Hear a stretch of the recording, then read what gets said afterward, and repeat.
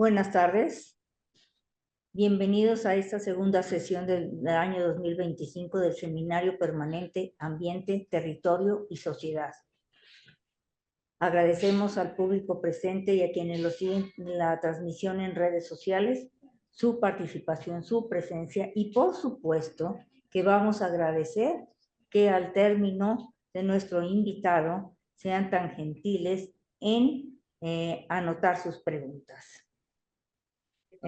Voy a pedirle a la doctora Dolores Álvarez que sea tan gentil en presentar a nuestro invitado. Gracias, doctora Beatriz. Buenas tardes a todos. Bueno, hoy nuestro ponente es el doctor José Juan Lira Calderón. Él es doctor en Ciencias Sociales por la Universidad de Guadalajara, con maestría en Desarrollo Local y Territorio, durante la que realizó una estancia de investigación en la Universidad Complutense de Madrid. Es egresado de la licenciatura en Geografía de la Universidad de Guadalajara. Además, es activista defensor de los derechos humanos y también por la defensa ambiental de la región Valles de Jalisco. Es representante del colectivo Resistencia Civil por el Valle y además es ejidatario y ha sido comisariado ejidal y representante de una cooperativa de producción rural. Además, fue laureado con el Premio Internacional de los Derechos Humanos de la República Francesa en la modalidad de defensa del medio ambiente en París el 7 de diciembre de 2023. Y también obtuvo el Premio Nacional a la Mejor Tesis de Maestría en la categoría de Antropología Social, otorgado por el INAH en la Ciudad de México, el 26 de noviembre de 2014. Le damos la bienvenida, doctor, y le dejamos la palabra para que inicie con su conferencia. Gracias, doctor. Sí, muy bien, muchas gracias. Vamos a ver aquí compartir.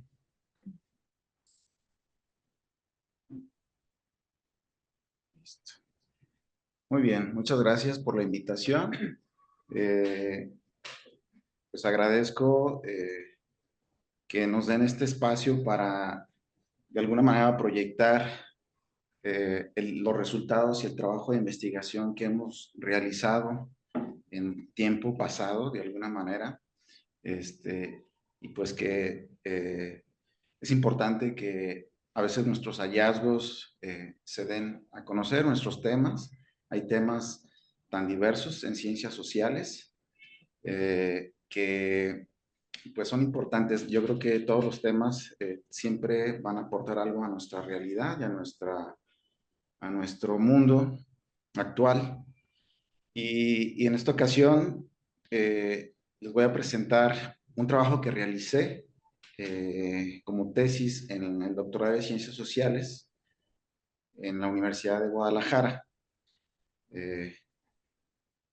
El título de la investigación que yo desarrollé se llama Transformación de los ejidos en la región Valles durante el periodo neoliberal. Es importante mencionarles, primero, que esta investigación se llevó a cabo en el periodo de 2017 a 2021, o sea, ya hace unos 4 años, digamos que se concluyó esta investigación. Bueno, y estamos, para que recordemos, estábamos en la entrada de la época del COVID, ¿no? Un poco también nos tocó en la última fase de la investigación, pues enfrentar las complicaciones que significaba para la investigación el COVID. Y bueno, esta investigación tiene como punto de partida la reforma agraria de 1992 y abarca hasta el periodo de 2020 en la recolección de datos y análisis de datos. La tesis lleva nombre de análisis de estudio, pues, en el periodo neoliberal, porque consideramos, pues, que este periodo es un periodo en el que se radicalizó y se dio un giro a toda la política económica y política de nuestro país, y pues que afectó a todos los sectores de México, y claro, el campo no fue la excepción, ¿no? Entonces, de ahí el interés de estudiarlo. Y bueno, decir pues que soy ejidatario, como ya se mencionó. El interés viene desde la formación y de estar implicado en todo este tipo de ambiente y de problemática que surge en el medio rural. Y bueno, como ya lo comenté, el periodo neoliberal pues se caracterizó por priorizar el mercado y eliminar las barreras de protección del Estado, es decir, hubo una reducción en la participación del Estado como ente regulador y al contrario, ¿no? Fue un facilitador de todas estas, digamos, políticas de acumulación de capital en las que está enfocada la tesis, que ahorita les voy a ir mencionando poco a poco. Como geógrafo, pues en mi formación de geógrafo siempre vamos a tener esa tendencia de hacer los análisis con este tipo de visión, ¿no? Una visión geográfica, un análisis antropológico-social también, con esta visión de origen geográfica, en donde en este caso estamos cuestionando el modelo capitalista y desde la visión marxista, pues, resaltando sobre todo las teorías que de esta visión de Marx se desprenden, la teoría del valor, las contradicciones mismas de la extracción del valor y las contradicciones mismas del capitalismo en la implementación de esta expansión geográfica de la acumulación capitalista, que pues se caracteriza en México de una manera especial conforme a lo que se va disponiendo en el territorio, ¿no? Entonces, decir pues también que esta investigación tiene un enfoque regional, por lo tanto. En este trabajo se planteó el objetivo, como aquí bien lo dice la lámina, de analizar y explicar a través de los enfoques marxistas el proceso de transformación social y territorial que ha tenido el régimen ejidal en la acumulación capitalista. ¿Y cuáles fueron esos mecanismos en los que se han modificado estas relaciones de producción campesina y cómo es que se facilitó esta extracción del valor y la subordinación agroindustrial de estas agroindustrias regionales, ¿no? En este caso, la azucarera y la industria tequilera. Ese fue el objetivo general de la investigación. Como puntos relevantes de esta investigación, yo destaco que este tipo de trabajos aporta a la investigación, al campo epistemológico de los estudios rurales, con una postura más crítica, recordando pues que hemos transitado en conceptos y visiones más conservadoras en las últimas décadas, acorde un poco al modelo neoliberal que estábamos viviendo y que por ahí algunos autores como Rubio, Blanca Rubio, que bien señalan que a veces el desarrollo y la investigación también van como de la mano, en el que estas corrientes de pensamiento se contagian del modelo y buscan otros conceptos más explicativos, pero menos críticos, ¿no? Al sistema.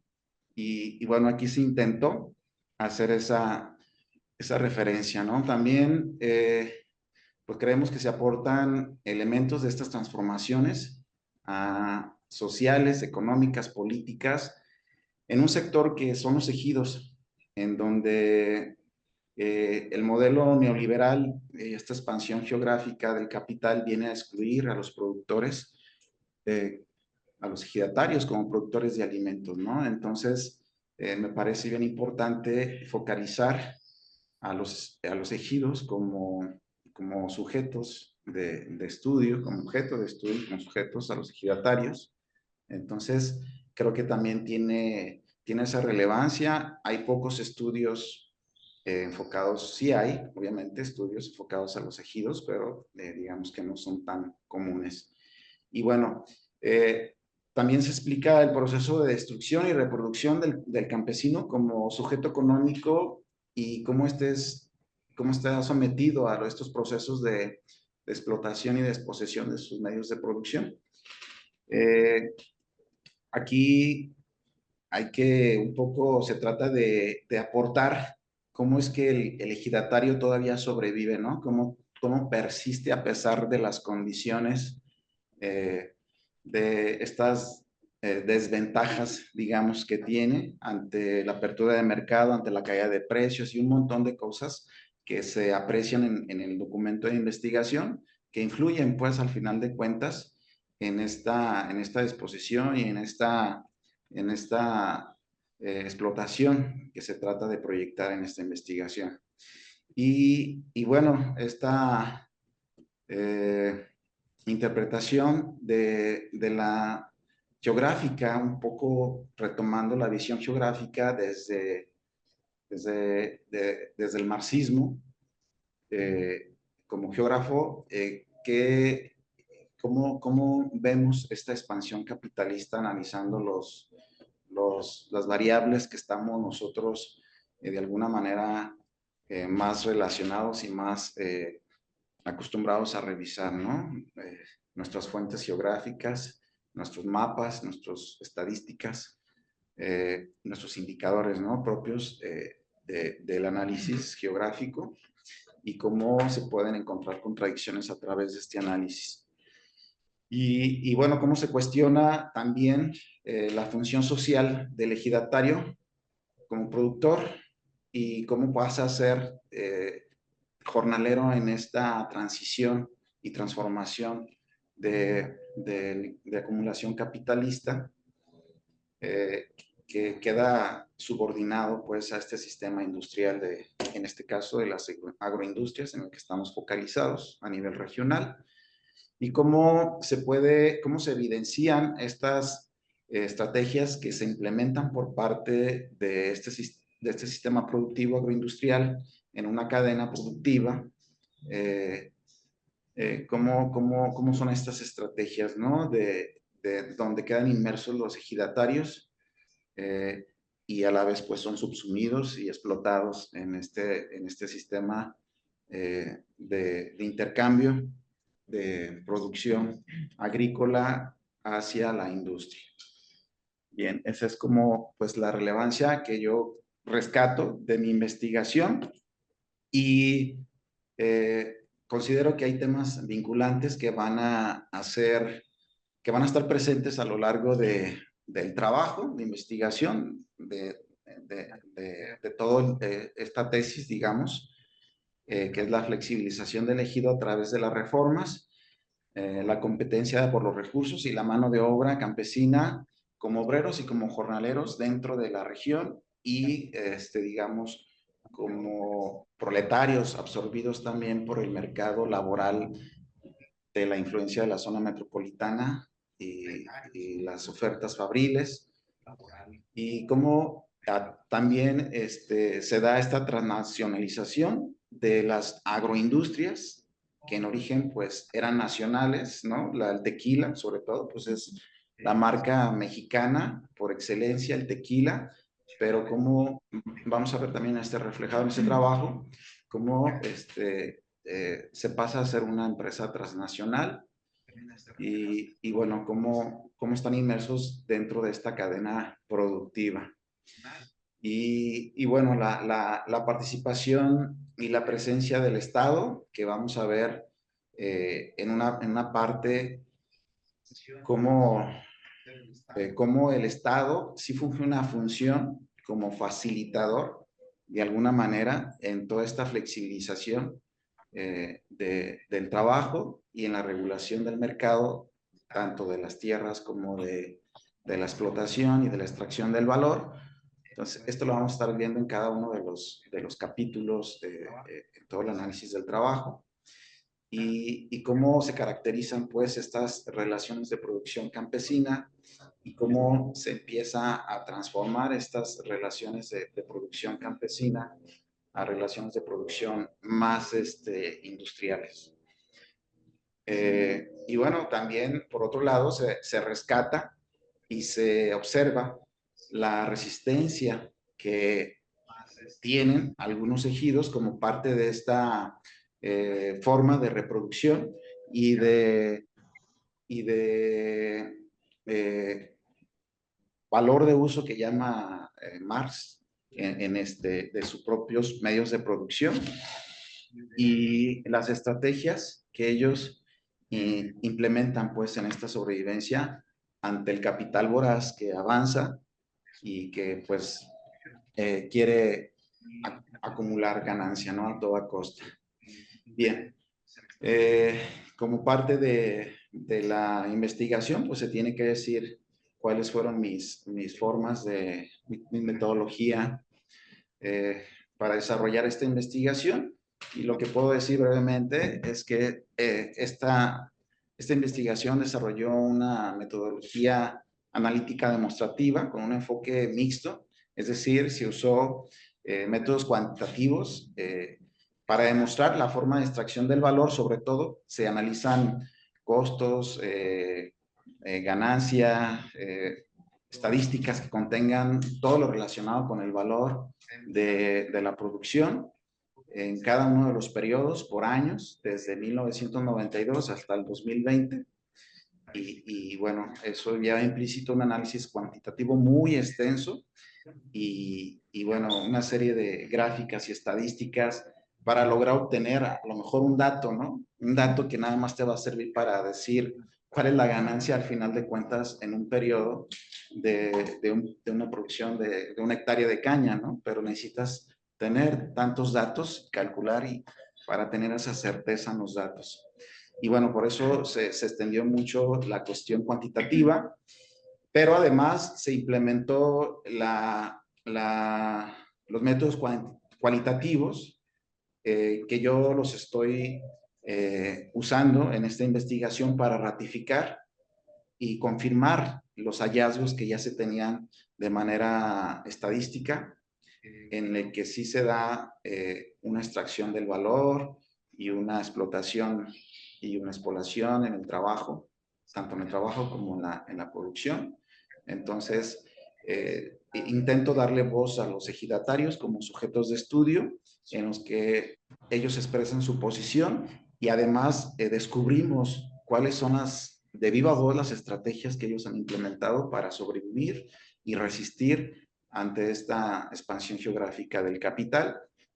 Y bueno, echamos ahí mano como técnicas de recolección de datos, de todas las estadísticas que puede tener el INEGI, ya saben, desde datos de censos económicos, ejidales, censales, de ocupación, etcétera, y datos de producción que los encontramos más puntualmente y ya de manera digital en el sistema de información agropecuaria.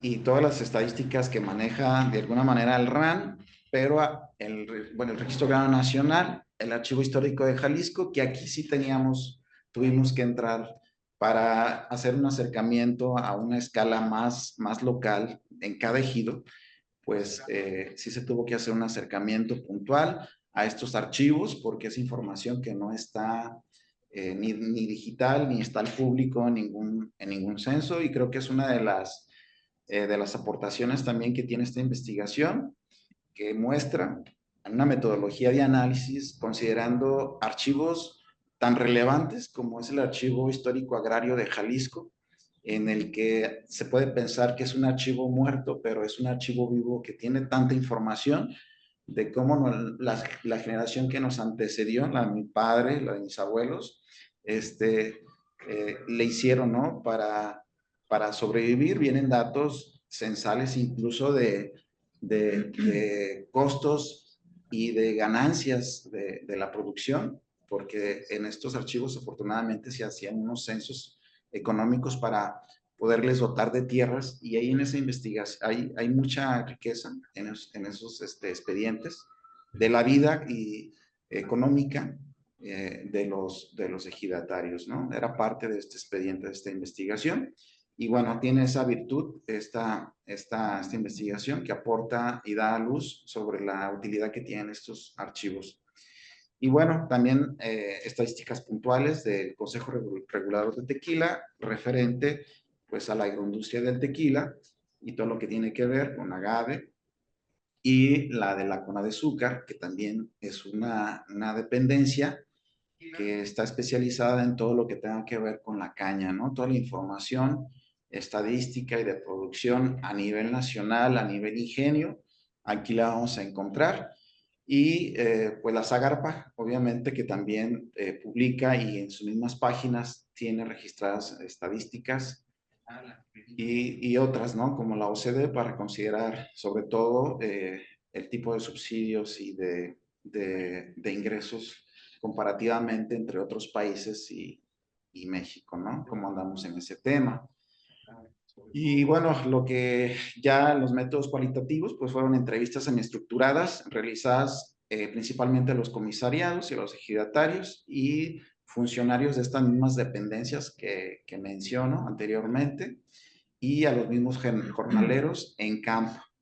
Aquí quiero decir que sí, a pesar de la pandemia, pues teníamos un objetivo de lograr la visión de los mismos ejidatarios y pues tomamos medidas precautorias, pero logramos tener contacto con los ejidatarios a pesar del COVID y hubo disponibilidad por parte de la mayoría de los ejidatarios para hacer estas entrevistas y lograr el objetivo. Como ya les dije, la escala de análisis es regional, ideográfica, como diría Wallenstein, en un marco de análisis antropológico-social, en el que se recurre constantemente en todo el transcurso del documento a este análisis comparativo entre una época, es decir, en el inicio del neoliberalismo y, digamos, en esta fase final, entre comillas, ¿verdad? Que no terminamos, del neoliberalismo. Aunque políticamente se puede decir que estamos con una posición de cambio político, pues todavía no se puede decir que estamos en este cambio porque sigue habiendo pues toda esta cuestión de acumulación y falta de regulación por parte del Estado.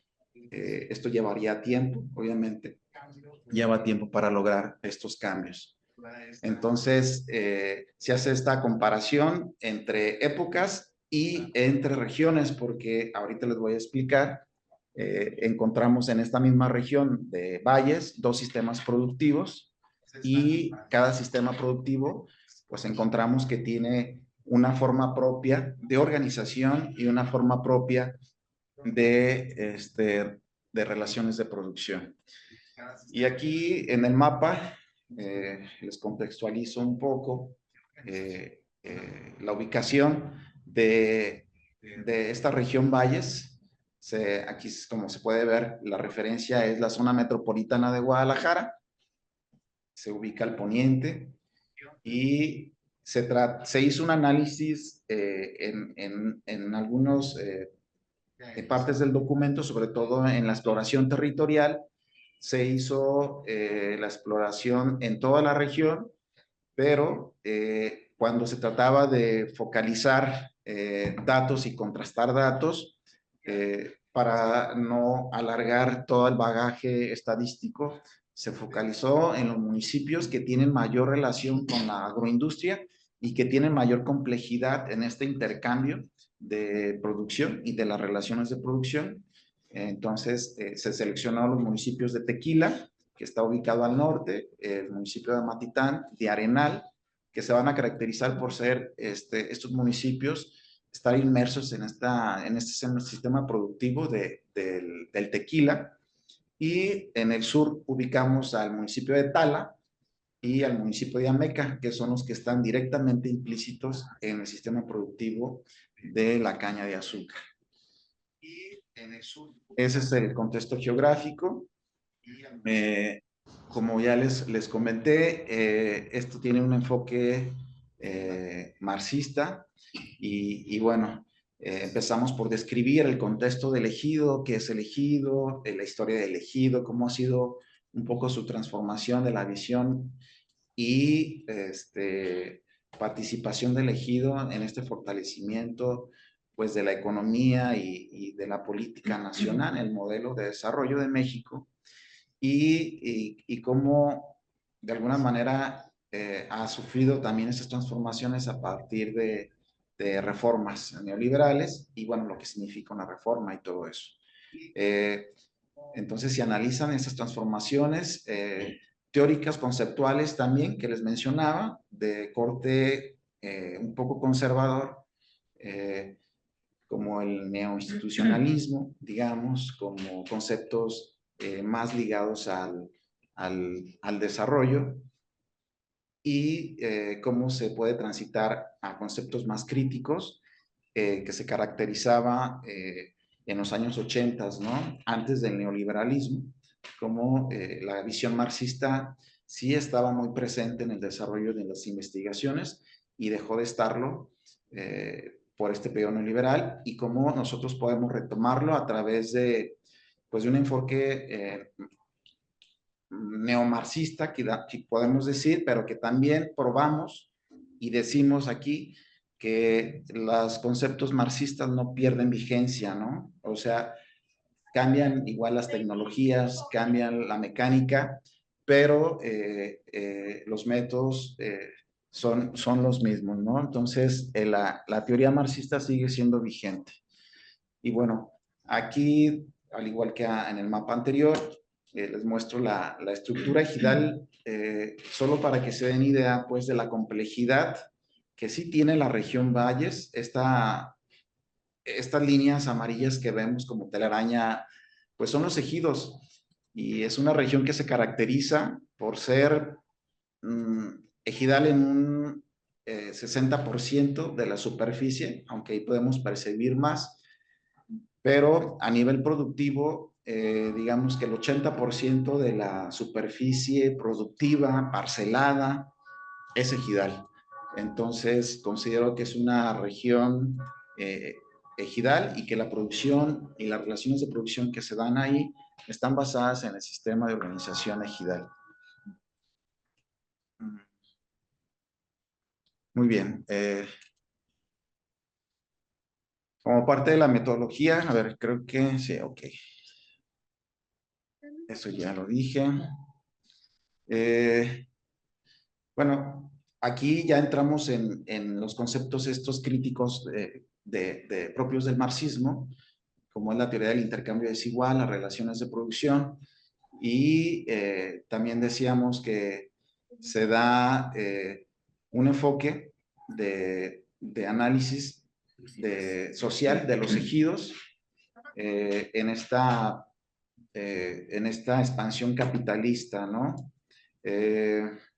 Y bueno, se analiza los sistemas productivos desde la reconversión, desde la ampliación de estos monocultivos, cómo se introducen y cómo van creciendo en este sistema productivo como sistemas de acumulación, y cómo se da esta transformación de la autosuficiencia a la dependencia, ¿no? Digamos, caracterizado pues la autosuficiencia, digamos, en los años 70, en los años 80, cuando pues ahora sí que consumíamos el maíz que producíamos, y cómo dejamos de ser autosuficientes para entrar en esta nueva fase de monocultivos, en lo que producimos alimentos que pues son dentro de la clasificación de monocultivos prácticamente la mitad de exportación, y que son alimentos que pues no vamos a consumir nosotros en el mercado nacional.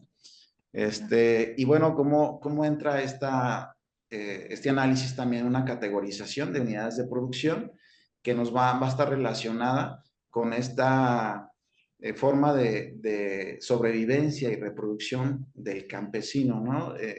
Se tuvo que recurrir a categorizar las unidades de producción, las parcelas, en este cuestionamiento que también se lanza desde la teoría o desde la propuesta neoliberal, de que para ser más eficiente al ejidatario, al ejido, se requería mayores recursos y mayor concentración de superficie, mayor extensión de la parcela para que fuera más redituable, más rentable, pues cosa que vamos a verlo aquí en el largo del documento, que no sucedió. Sin embargo, pues es necesario hacer esa categorización de análisis para observarlo. Bueno, ya entrando en tema, vamos a observar en este análisis de contexto de las nuevas ruralidades como un método explicativo, no crítico, pero sí explicativo de estas transformaciones que hemos tenido en la región Valles. Se observa este cambio, sobre todo en la región Valles.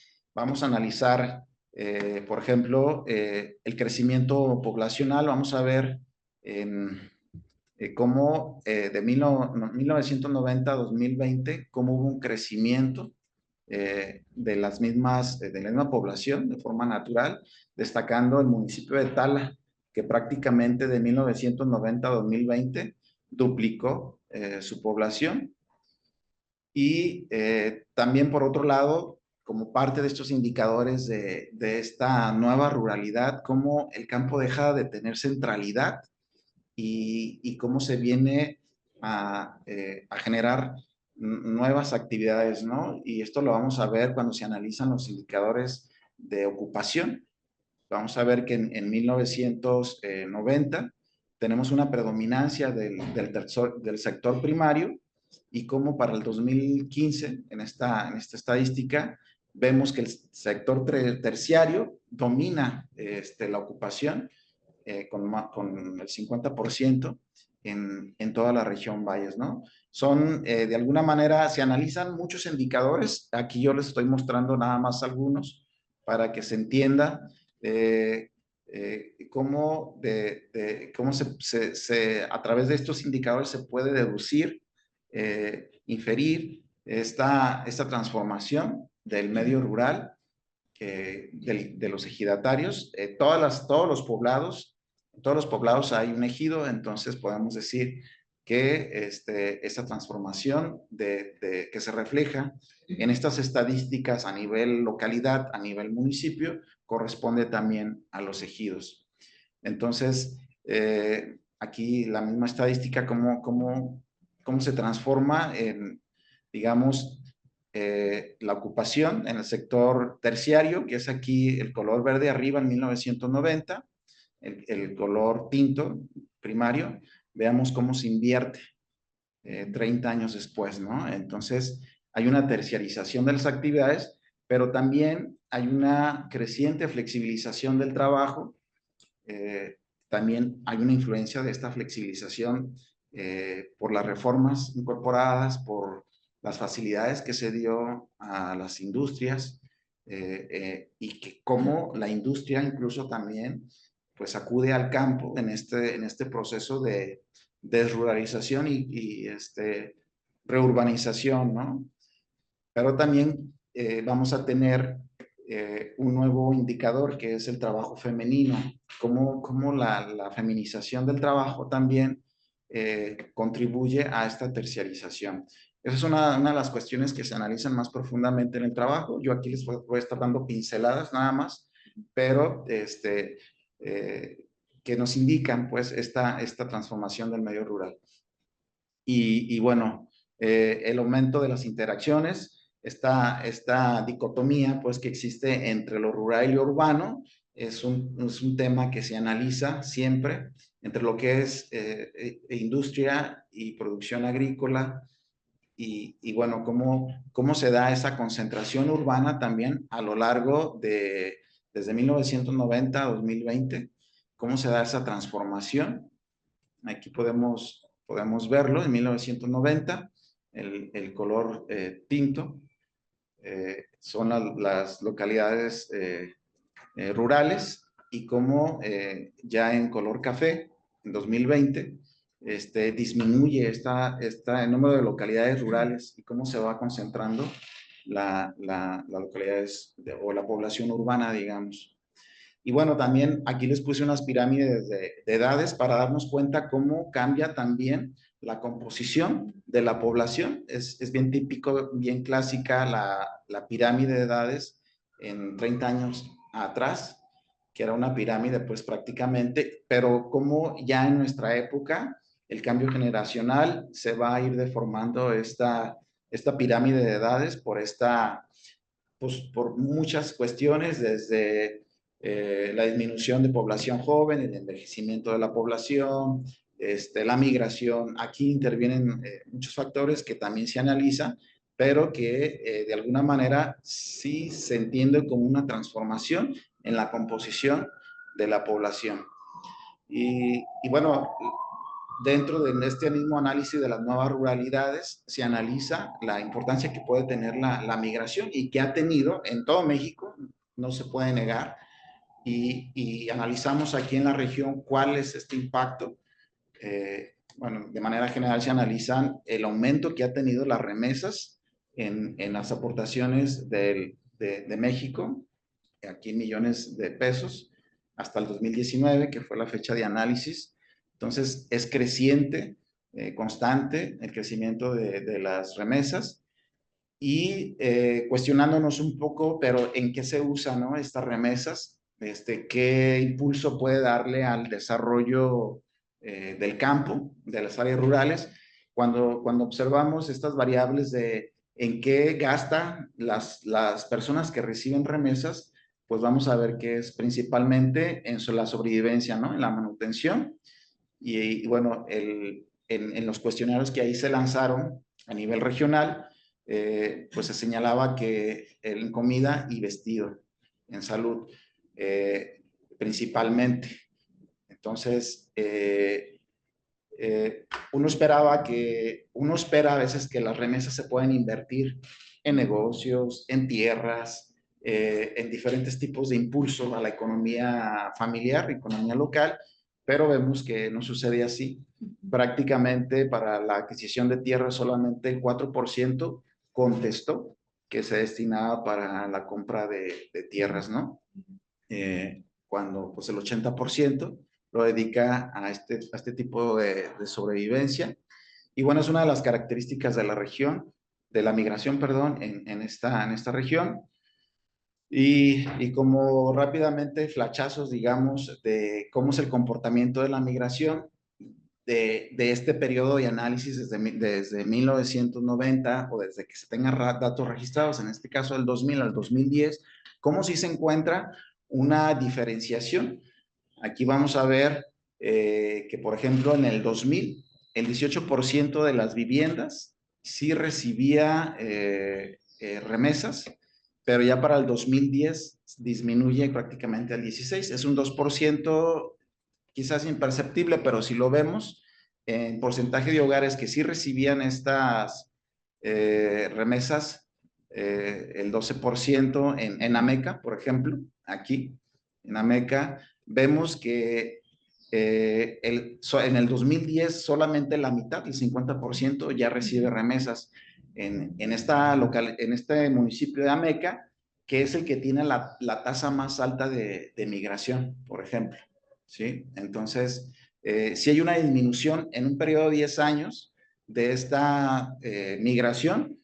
Y por otro lado también se analiza, si queremos analizar ahora que con el tema de Trump, ¿no?, por ejemplo, cómo ha venido de más a menos la migración y cómo esta regulación y estas políticas de regulación de la migración han tenido también un impacto en la disminución de ingresos a nivel local, ¿no? Entonces, por ejemplo, si analizamos el porcentaje de hogares de migración de retorno, vamos a ver que ha aumentado en 10 años, ¿no? Del 2.48 en 2000 a 8.12 en el 2010. Es decir, han regresado muchos paisanos a su lugar de origen y esto pues se ve reflejado también en los ingresos, ¿no?, familiares. Y bueno, esto se traduce también pues en estas transformaciones como alternativas de ingresos y de subsistencia que tienen el medio rural. Por otro lado, se analiza también desde la perspectiva de cómo existen cambios en la presencia de nuevas actividades como es la industria y como es el sector servicios. Y vamos a ver en esta estadística, en esta gráfica, cómo se aumenta en 1999. Tenemos registradas unidades productivas de acuerdo a los censos económicos y cómo en el 2019 crece prácticamente al doble este tipo de unidades clasificadas como microempresas, pequeña empresa, mediana empresa y la gran empresa, ¿no? Entonces, vamos a ver principalmente que en 2019 Ameca tiene, digamos, vamos a considerar aquí las de mayor relevancia, 17 empresas medianas y 4 empresas grandes.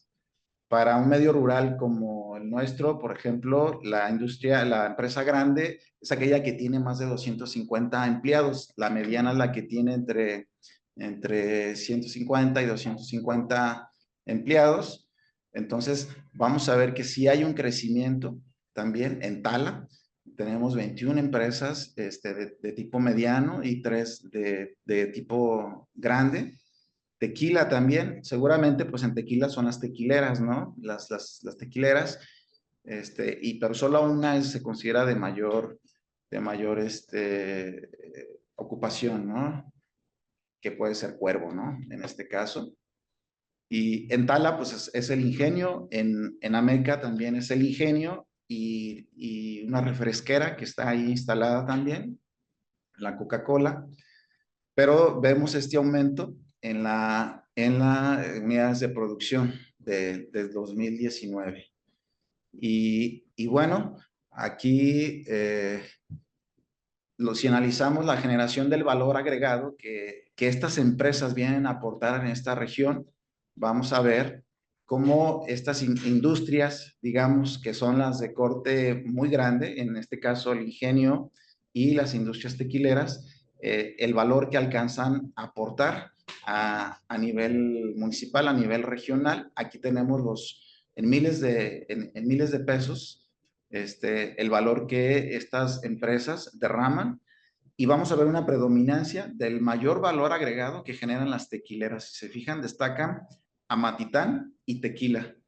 Vemos que aquí Tequila, tan solo Tequila en el 2019 tuvo una derrama económica en esta tipo de industrias de más de 2,000 millones de pesos, ¿no? Entonces, esto también habla pues de una transformación y peso que vienen a tener importancia, que tienen estas agroindustrias en la derrama económica. Y bueno, ¿cómo se da esta reconfiguración? En otro contexto, se analiza también la reconfiguración territorial. Aquí vamos a pasar ya a otro tema de empezar a analizar cómo se va facilitando y flexibilizando los ejidos propiamente a partir de las reformas agrarias en un análisis de estos documentos que encontramos en los archivos que les mencioné, en el archivo agrario y en el archivo de Jalisco, en cuanto a la composición de los ejidos de cada municipio. ¿Cuántos ejidos? Por ejemplo, vamos a destacar aquí que Ameca tiene 43 ejidos y un total de 5,433 ejidatarios que ocupan prácticamente el 67% de su territorio, ¿no? Y que son prácticamente el 100% de la superficie productiva. Le sigue San Martín Hidalgo, que tiene 22 ejidos y 4,570 ejidatarios, es decir, esto se traduce en prácticamente 4,570 familias que tienen una actividad agrícola, ¿no? Y bueno, Tala, que tiene 11 ejidos y prácticamente 4,187 ejidatarios. Y bueno, que prácticamente el 80% el 60% de la superficie es ejidal. Y bueno, esto como dato de partida, en el 2019, vamos a ver la superficie parcelada, donde se concentra qué tipo de categoría o de uso tiene estas superficie ejidal, los ejidos, digamos, y vamos a ver que la superficie parcelada ocupa la mayor parte de superficie, es decir, es un área muy productiva. Bueno, vamos viendo aquí cómo se da a partir de las estadísticas de los ejidos y de las parcelas, que ya identificamos que la mayor parte de la superficie es parcelada, cómo se da esta fragmentación territorial en esta propuesta de reforma de que la tierra entre al mercado y que juegue la tierra una función económica para concentrar y capitalizar aquellos productores que tengan mayor capacidad de producir. Y vamos a ver cuál es este comportamiento, ¿no? En el tamaño de las parcelas, se analiza, por ejemplo, en 1992, se encontró que el tamaño promedio de la parcela en el ejido de Ameca era de 5 hectáreas, 5.63. Pero vamos a ver que ya para el 2006, ¿sí? Es decir, prácticamente 20 años después, el tamaño de la parcela se redujo a 3 hectáreas. Esto te habla de una pulverización de alguna manera o fragmentación de la parcela como unidad productiva, y que esto se interpretaría también como menos redituable y que garantizaría menos la sobrevivencia y la reproducción del campesino. Y por otro lado, vamos a ver, este análisis se hace para cada ejido. Aquí les estoy mostrando de alguna manera los más destacables, pero vamos a ver cómo este comportamiento de disminución del tamaño de la parcela, por ejemplo, que se refleja en Ameca, es contrario a los municipios que son agaveros, ¿no? Por ejemplo, en Tequila tenemos en 1992 que el tamaño promedio es de 5 hectáreas.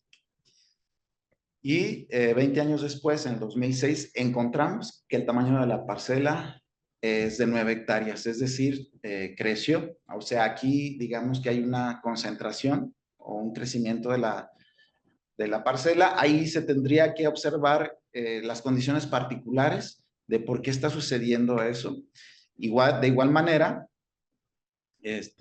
vamos a ver cómo crece no solamente el tamaño de la parcela, sino el número de parcelas en cada ejido. Observamos, por ejemplo, en Ameca, que tenemos para 1992 247 parcelas en el ejido de Ameca, identificadas y registradas, pero en el 2006 ya tenemos 1,184 parcelas registradas. Es decir, esto prueba pues que el tamaño, de alguna manera, que se está encontrando acá más pequeño, pues está saliendo de esta división de la parcela y de esta extensión que a lo mejor pudieron tener los ejidos a ocupar espacios, incorporar espacios o áreas comunes. ¿Sí? Se está expandiendo sobre terrenos que eran de agostadero, que son a lo mejor de bosque, se incorpora nueva superficie a la producción, y esto explica en parte, en cada caso es diferente, como les digo. Entonces, el ejemplo también de Tala, aunque es un poco menor, pero para 1992 tenía 1,166 parcelas, y para 2006 ya tenía 1,429. ¿Y cómo va a ser este contraste con, por ejemplo, en Amatitán, que en 1992 solamente tenía registradas 62 parcelas, es decir, solamente había 62 ejidatarios, digamos, y cómo para 2006 ya tiene 600 parcelas? Aquí, pues, se analiza esta transformación también territorial que están teniendo los ejidos, en el que tenemos que dar una interpretación de por qué está sucediendo esto a nivel local. Entonces, justamente también para ir analizando esta fragmentación o desruralización y desagrarización que se puede interpretar, se analiza un indicador que es el dominio pleno. Dentro de la ley agraria se dispone que los ejidatarios pueden pueden salir del dominio del ejido, es decir, pueden convertir su parcela en pequeña propiedad, y es un proceso legal en el que se está incurriendo para poder implementar otros tipos de proyectos, otros usos diferentes al agrícola, ¿no?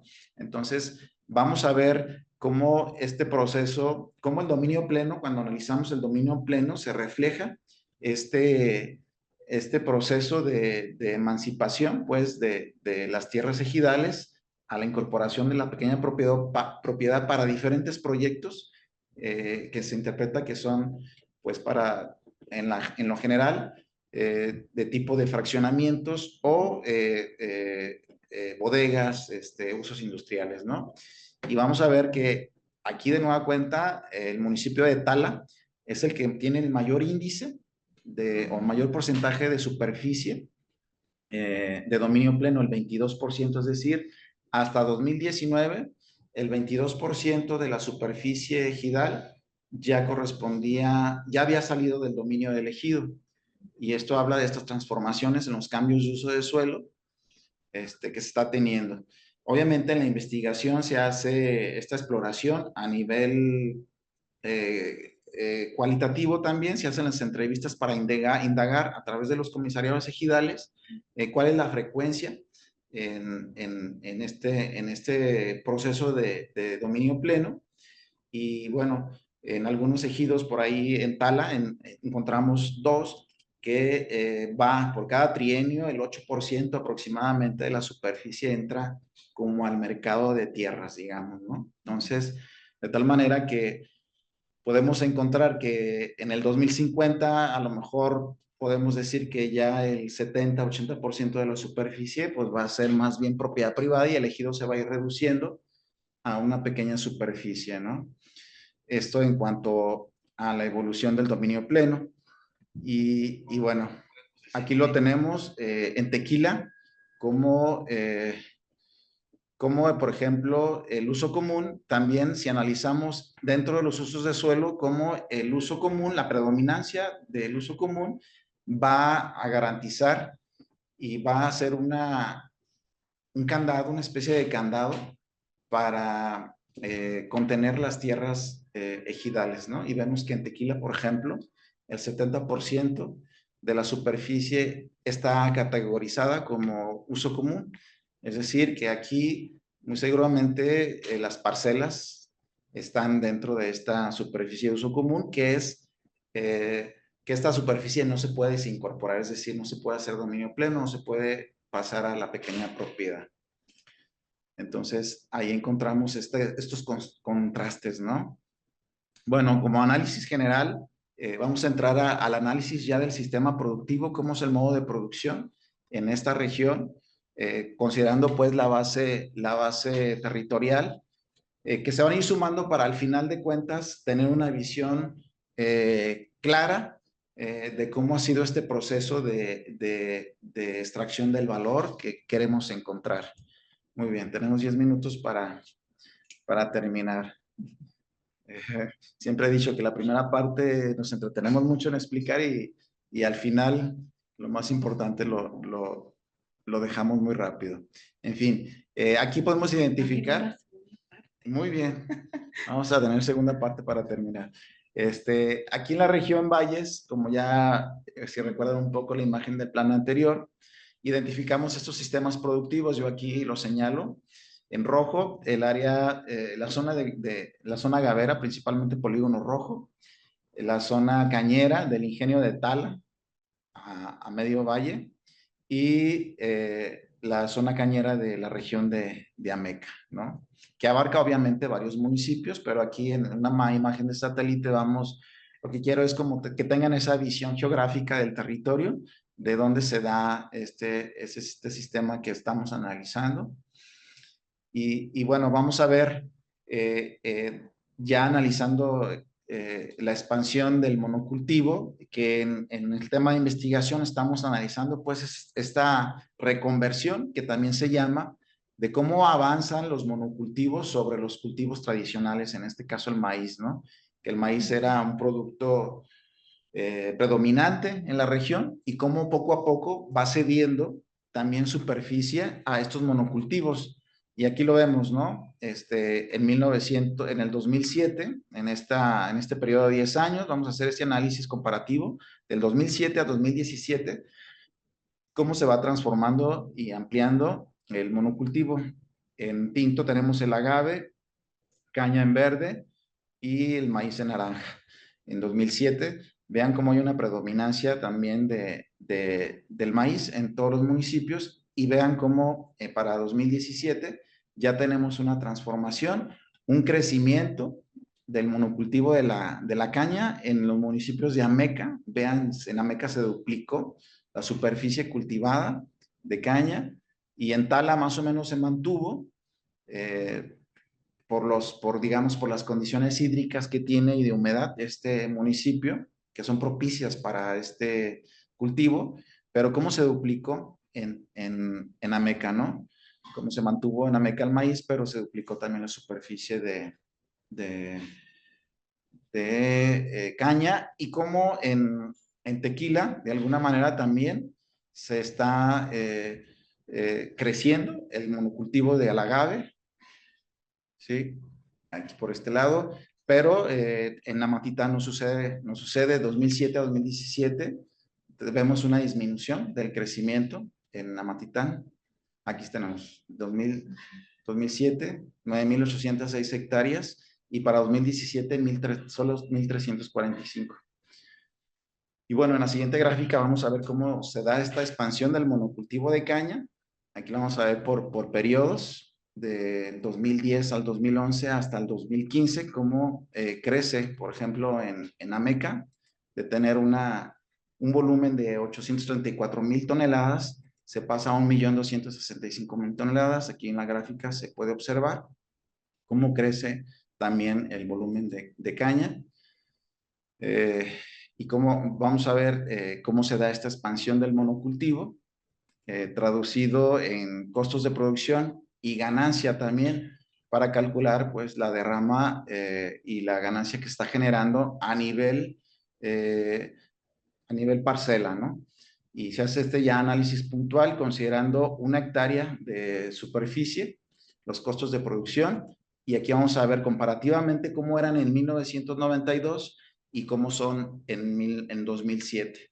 Obviamente, como no son los mismos precios ni son los mismos valores de un año a otro, digo 30 años después, se consideran factores como el salario mínimo para medir esta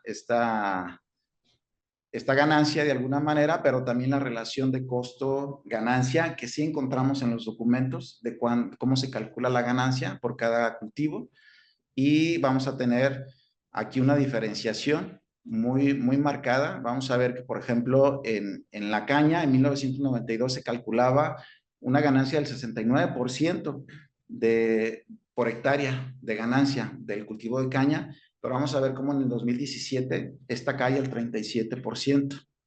Y tú dices, bueno, que no debe ser la misma porque pues, pero esto nos va a hablar y nos va a explicar cómo sí están sometiendo los ejidos a una mayor extracción de valor, a una mayor explotación, que van mermando esta ganancia poco a poco, sin que digamos se sienta, podemos decir, obviamente se siente pues, pero que cuando hacemos ese tipo de análisis podemos detectar cómo sí baja la ganancia, ¿no? Entonces, ahí en el cultivo de caña. Y aquí el comportamiento que tiene el monocultivo de agave, como del 2003 al 2020, como tiene una caída, tanto en Tequila como en Amatitán.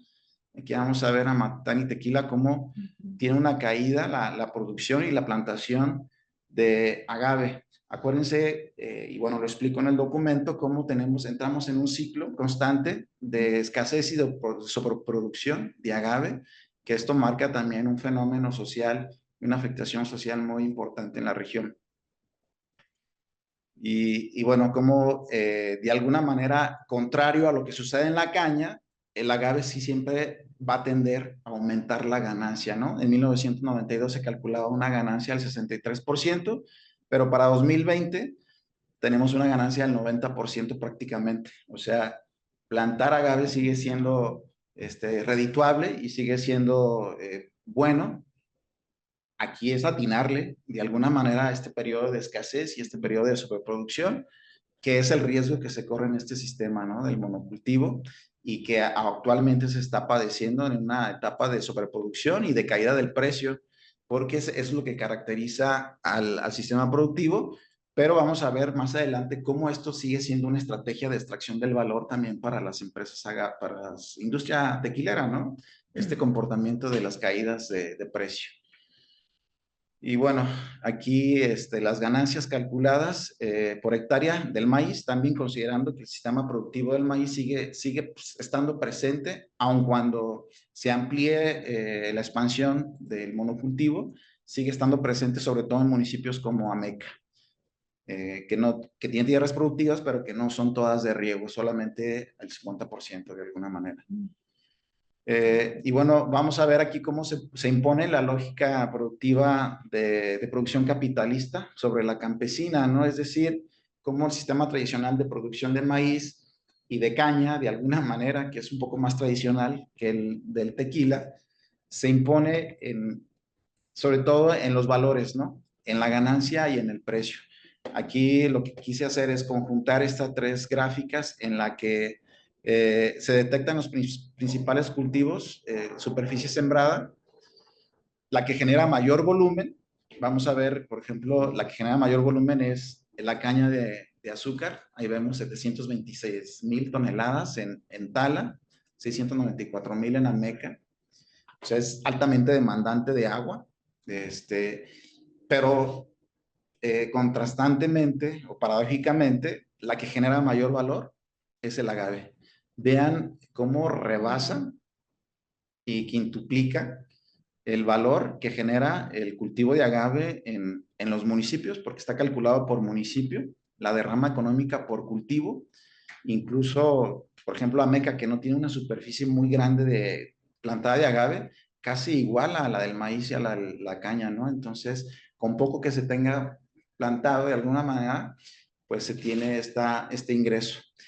Aquí la pregunta es, ¿quién recibe esta derrama económica? Y vamos a analizar en el trabajo que no son los ejidatarios, que son las mismas industrias.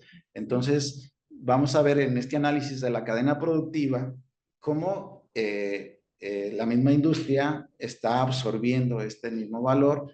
Entonces, cómo se está imponiendo esta lógica de producción capitalista a través de estos indicadores, ¿no? Cómo nos permiten ver esta relación. Por otro lado, también se tuvo que analizar como parte de los ingresos y de los costos y la relación que existe en la existencia de subsidios. Vemos aquí nada más una rápida exploración de cómo los subsidios en Estados Unidos, por ejemplo, en el año 2002, equivalía a a $1,000, dice aquí, por hectárea, de acuerdo a la OCDE. En Europa, 1,900 euros por hectárea, y en México tan solo $58. Es decir, lo que recibíamos prácticamente por Procampo, 1,500 pesos por hectárea al año. O sea, ¿cómo compites? ¿Cómo generas esta autosuficiencia con estos subsidios, no? Claro que influye, pero ¿qué aportación le dan a la producción? Y lo analizamos también. Significa solamente, aquí vamos a ver la superficie subsidiada, por ejemplo, vamos a encontrar, por ejemplo, también cuando ya te vas al análisis de quiénes sí reciben los subsidios, vamos a analizar y nos vamos a sorprender que, por ejemplo, en Ameca hay grandes disparidades. El 36% de las parcelas sí reciben subsidio, es decir, estos 1,500 pesos. Pero en los demás municipios, solo el 3%. Entonces dices, wow, pues sí, se da Procampo, se daban los subsidios, pero ¿a qué porcentaje le llega este subsidio, no? Y peor aún, ¿qué porcentaje, qué valor representa para el aporte a la producción? También muy bajo. Actualmente, analizándolo hasta el 2020, lo que significa el subsidio que se da tanto de maíz como de caña, porque al agave no se le da subsidio, pues significa prácticamente el 2,5%. Es ínfimo, es muy, muy, muy bajo. 7% en cultivo de caña de soca, que es caña ya de varios años, digamos. y en el maíz el 5%. Entonces, cuando se da un precio de garantía, que es lo que se está tendiendo a manejar últimamente como parte del subsidio de maíz, pero que es limitado para los productores, solamente se daba un tope de 20 toneladas, le daba este apoyo de un valor de 5,400 pesos por tonelada, de 3,600, digamos, se lo pagaban a 5,400, en eso significaba el apoyo, y pues eso significaba una elevación de 33% del valor de los costos de producción. Pero bueno, eso para darnos cuenta que también los subsidios siguen siendo muy limitados y que no significan un gran apoyo para la producción y no se puede lograr una autosuficiencia como se tiene planeada para esto. Bien, el aumento de los beneficiarios en los subsidios también es, en esta fase, digamos, de cambio de gobierno, se alcanzó a analizar los primeros 2 años, digamos, del 2018 al 2020, y vemos que sí, efectivamente, esta política de intentar la autosuficiencia y de crecer el número de superficie con subsidio, sí está teniendo algún efecto, pero es poco, ¿no? De alguna manera sigue siendo poco. Aquí vemos el número de beneficiarios, sí pasó, por ejemplo, en Ameca de 2,700 a 4,000, aquí sí duplicó prácticamente. En Tala también, quintuplicó, digamos, de 550 beneficiarios en el 2013, se pasó a 2,500 beneficiarios en el 2020. Es decir, el trabajo que están haciendo los servidores de la nación, podríamos decir, en el área rural con el acercamiento de subsidios, sobre todo a cultivos de caña y de maíz, sí está teniendo un efecto en estos municipios. Ningún efecto acá en los otros municipios que se dedican al agave, porque el agave no se considera un cultivo básico y por lo tanto es un producto sin subsidio, aparte que estamos viendo que pues es un producto que sí tiene un ingreso muy alto, ¿no? Y bueno, que será difícil que entre en esta categorización de subsidios. Y bueno, aquí básicamente cómo aumenta en cantidades de millones de pesos los subsidios en un municipio en un periodo de un año a otro de análisis. Entonces, sí es importante la ampliación que se está dando de los subsidios, sobre todo en los productos de maíz y caña, pero digamos no es suficiente, ¿no? Y sigue siendo pues insuficiente para la misma autosuficiencia y reproducción de los mismos ejidatarios. Y bueno, ¿cómo se da esta transformación de la producción? Como ya habíamos analizado, el tamaño promedio de la parcela de 1992, cómo se redujo en algunos y cómo se amplió en el otro, ¿no? Entonces, ¿qué significa esto, no?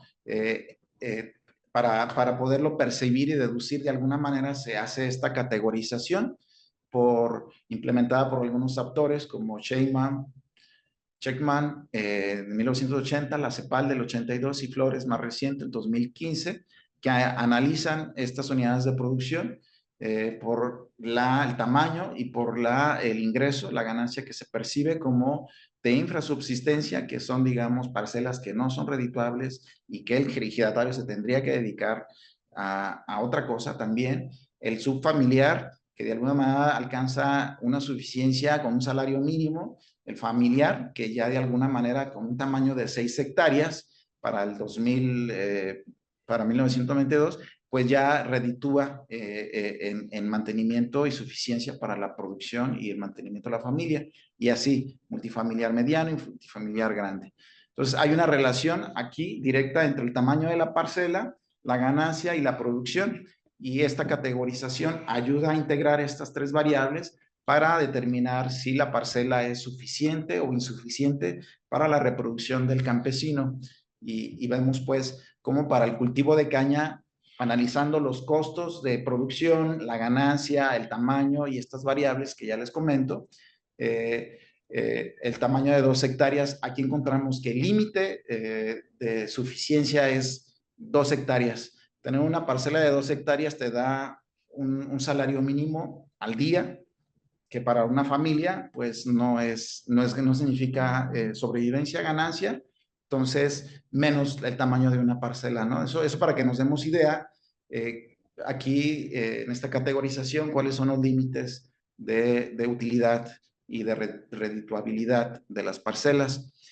Y bueno, ya el ideal es el familiar, en el que sí te da el tamaño de 6 hectáreas, te da una suficiencia para la manutención, la sobrevivencia y la reproducción en términos marxistas de 6 hectáreas, que es lo ideal para 2017. Y bueno, pues ya en el agave, pues ya ni se diga, con estas ganancias y estos precios que se disparan, pues imagínense de tener un ingreso, por ejemplo, aquí en la caña, aquí está, de 55,000, que significa un salario mínimo diario con el cultivo de caña. En el cultivo de agave te da 14 salarios diarios, 14 salarios mínimos diarios. Entonces, hay una amplia ganancia en el cultivo de agave, considerando, pues, como les digo, esta visión del análisis de quién es el que se queda con esta ganancia, ¿no? Y que decimos que no son directamente los ejidatarios. Entonces, por eso esta investigación, pues, se enfoca en descubrir que aparentemente las estadísticas nos dan un dato de beneficio, pero cuando te vas a ver quiénes son los beneficiarios, entonces, pues ves que son los industriales, ¿no? Entonces, aquí se evidencia esta categorización ya de 1992 a 2020. Vemos como en Ameca, con el tamaño de la parcela, los precios que se están manejando, el tamaño de la parcela promedio sigue siendo redituable con el cultivo de caña. En Amatitán, pues es suficiente porque con los precios del agave alcanzan pues para sobrevivir y más, ¿no? Quizás en Arenal, en Tala no, en Tala si se fijan ya entra una categoría subfamiliar, es decir, ya una parcela de 4 hectáreas ya no alcanza con estas ganancias que se obtienen de la caña, ya no es suficiente para mantener a una familia. Entonces, esto quiere decir, como ya les decía, cómo el porcentaje de ganancia se va decreciendo conforme, digamos, evolucionamos en el tiempo, y todo lo contrario con el agave, ¿no? Va aumentando. Obviamente tiene que ver con esta relación de mercado de oferta y demanda del tequila, que se puede justificar perfectamente y que se analiza, pero como si la caña está dejando de ser un producto redituable, ¿no? Y bueno, también se analiza la categoría del trabajo, cómo se visualiza el trabajo, y vamos viendo cómo si existe una alienación en el trabajo también. En 1900, aquí analizamos en 1991, cómo el trabajo se caracterizaba por ser un trabajo de corte familiar, es decir, los integrantes de la familia participaban en el cultivo, y cómo para el 2007 hay una transformación y ya tenemos como la categoría dominante los contratados, es decir, trabajadores contratados en esta barra café, que se identifica principalmente en los cultivos de caña, ¿no?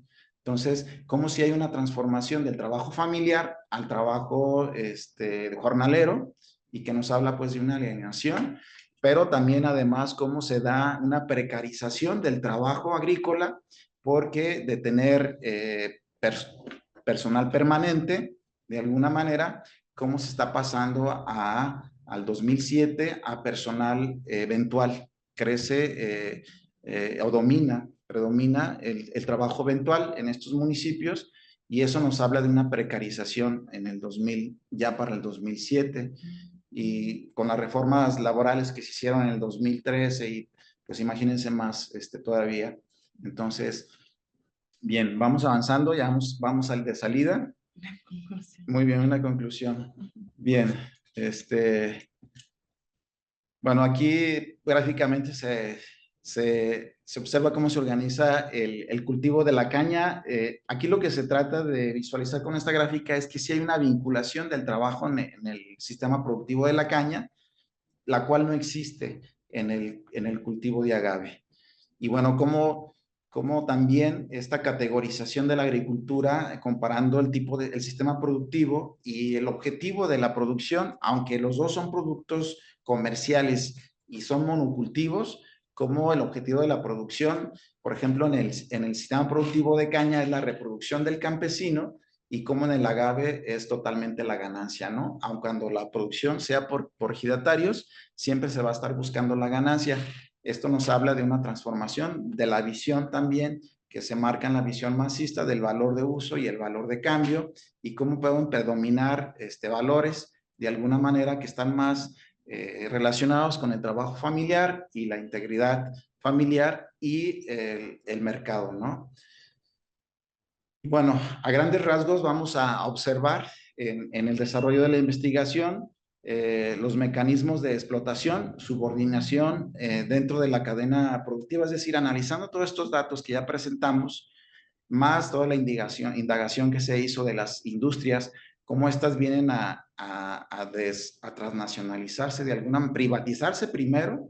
Recordar aquí si en el capítulo, en un capítulo de investigación, se analiza cómo se da esta privatización de los ingenios, recordando cómo han tenido esta fase de beneficios y que el ingenio actualmente, aunque es privado, tuvo una fase pública, pero también ha tenido muchos beneficios por, digamos,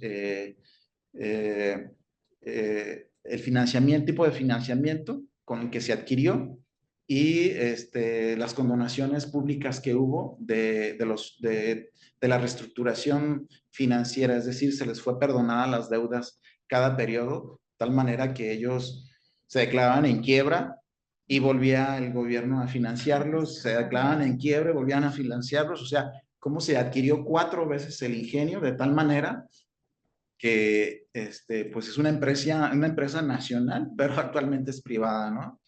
Esto lo explico en mi investigación y cómo actualmente el ingenio de Tala, por ejemplo, se adquirió por el grupo GAM, eh, eh, con cuentas ya prácticamente saneadas, reestructuradas previamente, y cómo esta empresa se fusiona también con estos consorcios internacionales en el 2011, el grupo Gamesa, Sabritas, Gatorade, que viene a hacerse pues prácticamente un oligopolio y una tipo de industria vertical, ¿no? En el que el azúcar se convierte en el principal producto y el ingenio se convierte en la materia prima para estas industrias. Entonces hay una alineación vertical de la industria hacia otras industrias.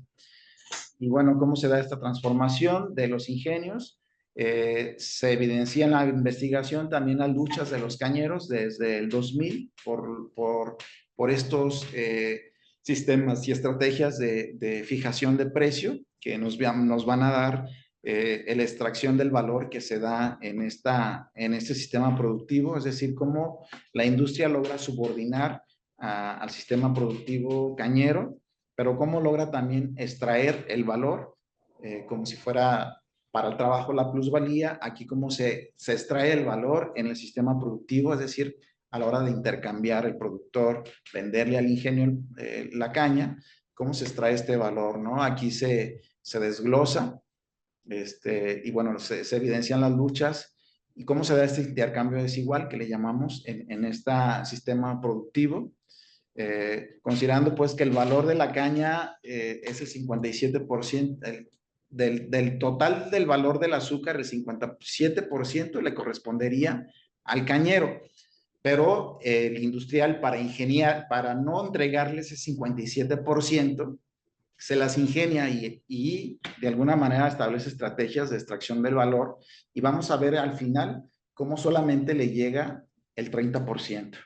Del 57%, como todavía se le resta el 27% a través del establecimiento de precio de mercado. Es decir, existe una simulación en el precio del mercado en el que como referente de pago al cañero se establece un precio simulado y de ahí hablamos, por ejemplo, para 2020, de 800 pesos, que debería ser el valor real, solo se pagan 500 pesos, es decir, se están robando sí, hipotéticamente se estarían robando 300 pesos con este sistema de simulación de precios pero como además existen otras estrategias de simulación, ¿no? Aquí el precio de cómo crece el precio del azúcar y cómo crece el precio de la caña, ¿no? Acá, obviamente, a grandes rasgos, cómo hay picos en el establecimiento del azúcar, pero no los vemos en el establecimiento del precio de la caña. Cómo se da un valor neto, una extracción de valor neto, es decir, de estos 300 pesos que se está quitando a la producción neta de caña, ¿qué significa, no? ¿Cuántos millones de pesos? ¿Con cuántos millones de pesos está quedando el ingenio, no? En la Meca, por ejemplo, aquí vemos, para el 2018, 926 millones de pesos. No es cualquier cosa. En Tala, 1,120 millones de pesos. O sea, eso significa prácticamente otro ingenio, ¿no?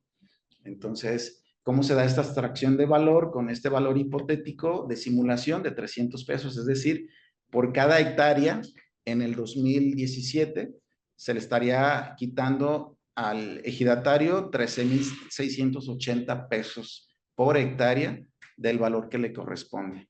De tal manera que merma pues su ganancia, que actualmente se categoriza solamente en el 37%, cuando debía haber sido 62%, si es que no se simulara el precio de mercado.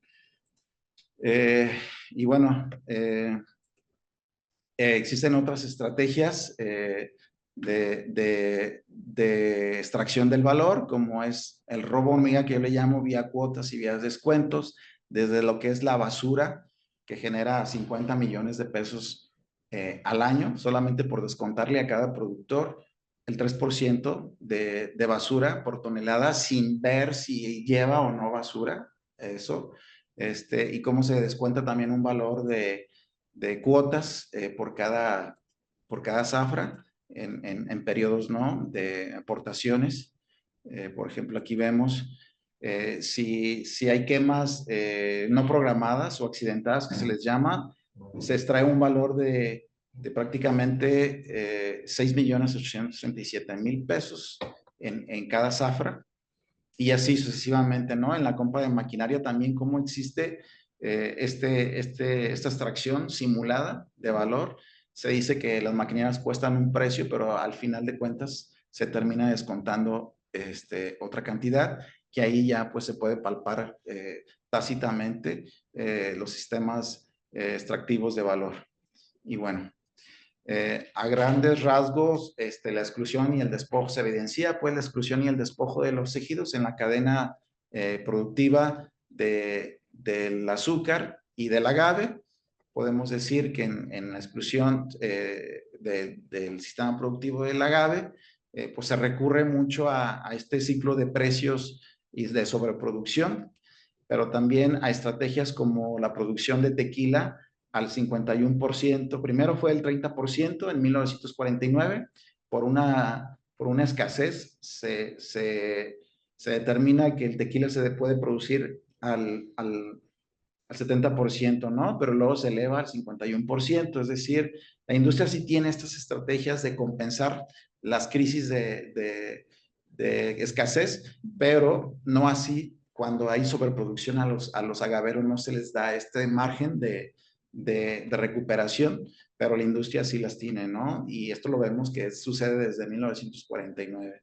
Y bueno, la función que tiene el Consejo Regulador del Tequila también aquí se analiza en la cadena productiva, y cómo si se tiene un valor agregado muy alto, pero quien viene aprovechando, como ya lo dije, es la industria, ¿no? Y el eslabón comercial sobre todo.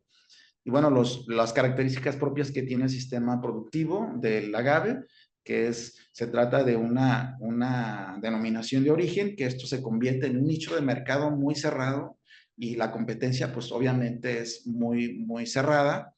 Y eso le da grandes beneficios a los productores industriales, lo que significa y cómo se elimina la competencia a través también de esta denominación de origen y cómo se incrementa la ganancia a través de un sistema cerrado como es la DOT. Y bueno, cómo a través de estos sistemas de productivos y de estrategias que implementan las industrias, sí existe un desplazamiento de los ejidatarios, tanto en la producción de agave, principalmente, porque también se implementan estrategias como de arrendamiento, que significan el costo de arrendamiento solamente es el 2% contra una ganancia del 90% de los cultivos. Es decir, al dueño de la tierra se le renta con el 2% de lo que realmente se le gana a la parcela. Entonces, esa es una estrategia que se implementa sobre todo por estas empresas agroindustriales que empezaron a aparecer como filiales de las industrias. Entonces, esto se analiza y se evidencia aquí en esta investigación, pero también existe otra estrategia de expansión geográfica, de acumulación de la industria tequilera, que es la extensión de los cultivos hacia el sur de Jalisco y hacia Nayarit, que ya no nos da tiempo de explicar mucho, pero que es importante mencionarlo. Mientras en el corazón de la DOT, que es Amatitán y Tequila, cayó la producción de agave, los industriales aprovecharon para expandir la producción de agave en el sur de Jalisco y en Nayarit. De tal manera que vamos a tener 4 municipios que son los principales productores de agave, que no son ni Tequila ni Amatitán, que vienen siendo Piguamo y San Pedro en Nayarit, ¿no? Entonces dices, ni siquiera son agaveros y ni siquiera son, digamos, están dentro de sí están dentro de la denominación de origen, pero no tienen esta cultura del cultivo del agave, ¿no? Entonces, existe un desplazamiento de los ejidatarios y de los productores agaveros. Y bueno, ¿cómo se da esta polarización de productores y cómo se da también una monopolización del agave por las empresas agrícolas, que significa el acaparamiento del 70% de la producción por este tipo de producción agrícola afiliada a las industrias? El Consejo Regulador, ahí en el documento se evidencian entrevistas de cómo el Consejo Regulador, pues de alguna manera no regula nada, ¿no? Solamente registra, pero al final de cuentas no se convierte en un ente regulador, como le dice su nombre, para, digamos, regular estas diferencias y esta explotación y polarización de la cadena productiva. Entonces, existe mucha especulación, aquí en el documento lo explico, y aparte todavía persiste el coyotaje como siempre ha existido desde el Barzón, digamos, de los años 80, 90. El coyotaje ha sido una actividad que se está recuperando y que sigue presente y que además del sistema de explotación implementada por los industriales, todavía más hay que lidiar con el coyotaje, ¿no? Y bueno, esto da una idea de creación de latifundios agaveros dentro de la misma cadena productiva, y lo podemos ver, ¿no? Con el crecimiento de la producción en el sur de Jalisco y en Nayarit, y cómo en la región Valles, cómo cayó la producción, pero como en otros municipios del sur de Jalisco va aumentando, ¿no? Una estrategia que se implementa para extraer el valor en la producción, como aumenta en Nayarit, en estos municipios que les menciono, San Pedro, Compostela, Están del Río. Y bueno, el ciclo de escasez y de sobreproducción de la región Valles, se identifica perfectamente los años en los que se ha dado esta escasez y esta sobreproducción. Y para el 2016, 2017 y en la fecha de análisis, nosotros nos preguntábamos si esta caída del precio, que cuando se hizo esta investigación, el precio llegó a 6 pesos, digamos, que luego llegó a 30 y ahorita ya está en 3 pesos. Entonces, no se llegó al fin de la crisis? Pues se estaba apostando a que los industriales tuvieran un control de la cadena productiva del agave con este desplazamiento, pero no garantiza esta crisis de escasez y sobreproducción. Y bueno, ¿cómo se da este trabajo excluyente? Con la flexibilización que evidenciamos también en el trabajo, cómo se da esta localización cultural del cultivo del agave y esta explotación, precarización, que ya lo vimos. Cómo se dan también los impactos ambientales, que fue parte de la investigación, y cómo existen estrategias de simulación con la certificación ARA, que es agave responsable, pero que no significa realmente una certificación realmente, porque no categoriza los bosques de selva baja ni la selva como áreas boscosas, solamente clasifica y considera las áreas de pinos, ¿no? De, digamos, de zonas altas. Entonces, como zonas no afectables, pues entonces hay una simulación en la certificación ARA también.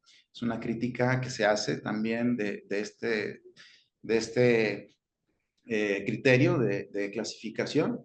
Y bueno, que hay una falta de gobernanza en la cadena y un dominio total de la cadena comercial sobre todos los eslabones anteriores.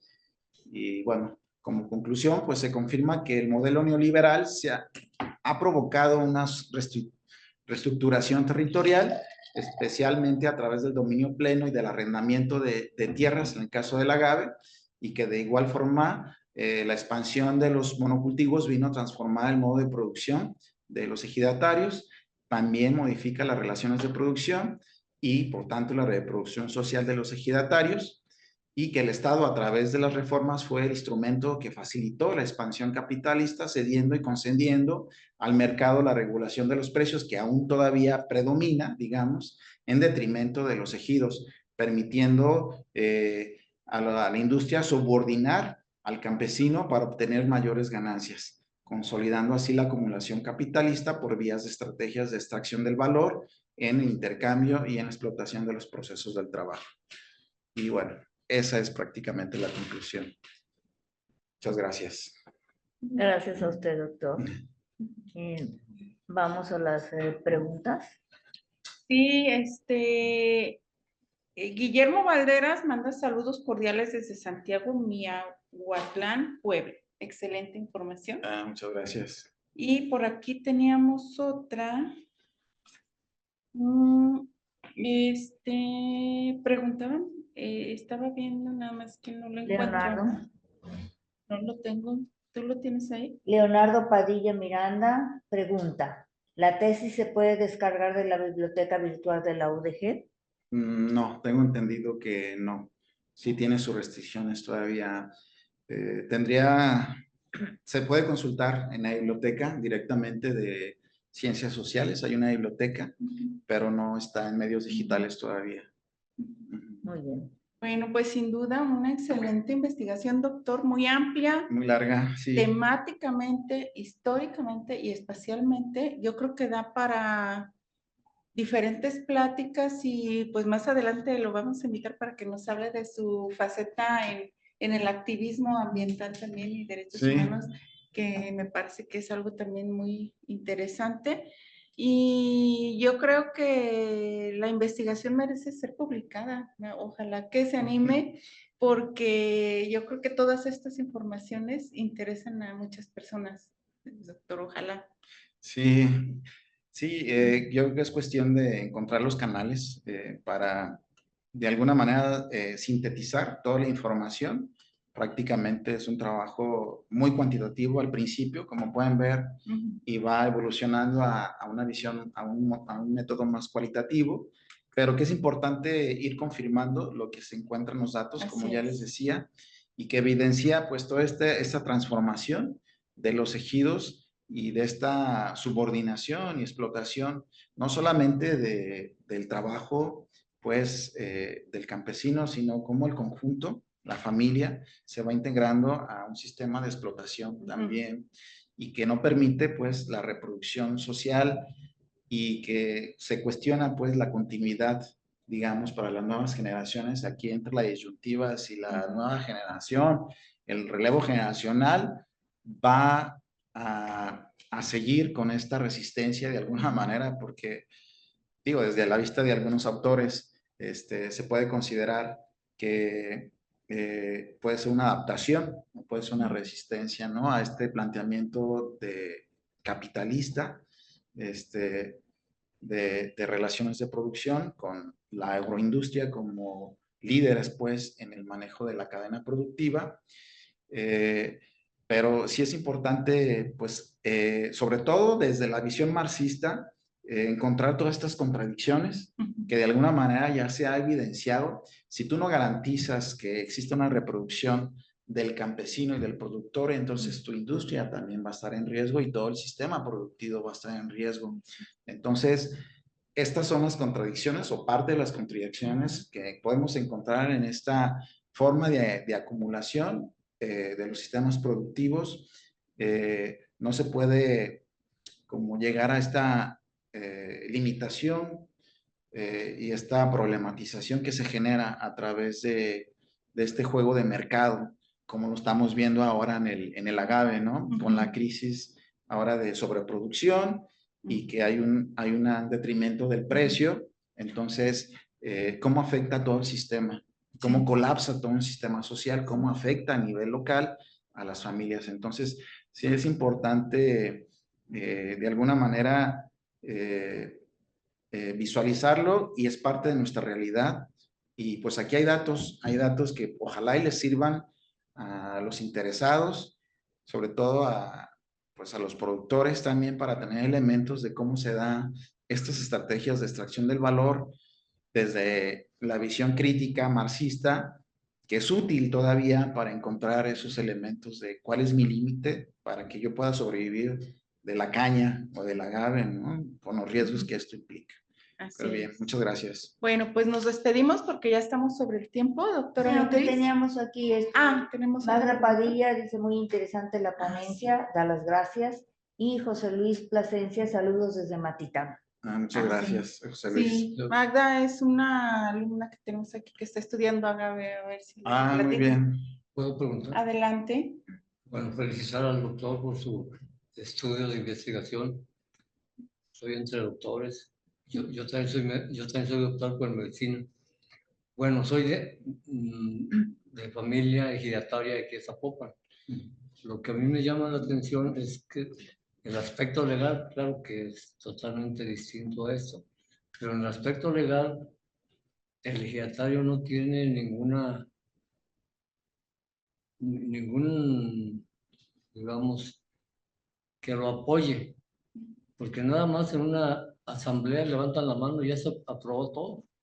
No hay ninguna legislación donde el ejidatario tenga, digamos, ¿Voz y voto? no, que lo ampare, vaya. En resumen, a mí me despojaron. Que se ampare contra decisiones, digamos, de elegido que no le convengan a sus intereses, digamos. O sea, como ejemplo, a mí me despojaron, yo era sucesor y me quedé sin tierras ejidales aquí en Zapopan. Ya. Sí, digo, cada caso es especial y habría que analizar el caso. Pues en los ejidos lo que le puedo decir que hay una asamblea y la asamblea tiene la última palabra, aun cuando haya un comisariado, la asamblea tiene la última palabra. Cuando son casos personales y familiares, pues ahí ya tiene que acudir a la asesoría jurídica realmente, personal, porque habría que ver, pero se supone que sí hay instancias que lo pueden ayudar. Está la Procuraduría Agraria, que se encarga de asesorar e incluso defender a ejidatarios con situaciones de este tipo. Ahora sí, como recomendación.